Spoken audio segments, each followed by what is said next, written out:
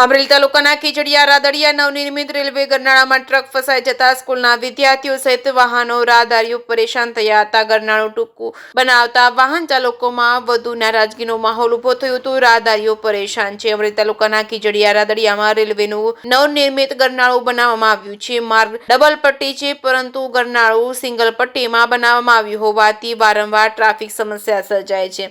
અહીં ટ્રકની કમાન તૂટતા ટ્રક વચ્ચે ફસાઈ જવાના કારણે ટ્રાફિક જામ સર્જાયો છે। અહીં સરકારી એસટી બસો, સ્કૂલ અને રાહદારીઓ, નાના મોટા વાહન ચાલકો ફસાઈ જવાથી ટ્રાફિક જામ સર્જાયો હતો। હાલ ટ્રકને બહાર કાઢવા માટેની કાર્યવાહી હાથ ધરી કલાકો સુધી ટ્રાફિક જામ સર્જાવાના કારણે ભારે નુકસાનીનો સામનો કરવો પડ્યો હતો। વાહન ચાલક ભાવેશભાઈએ જણાવ્યું હતું કે આ ગરનાળું ટૂંકું હોવાથી અવારનવાર ટ્રાફિક જામ સર્જાય છે। રોડ મોટો છે, ગરનાળું રેલવેનું નાનું હોવાથી આ સમસ્યા વધી રહી છે। આજે વહેલી સવારથી અનેક વાહન ચાલકો પરેશાન થયા છે। મોટું ગરનાળું કરવું જોઈએ તો આ સમસ્યામાંથી મુક્તિ મળે।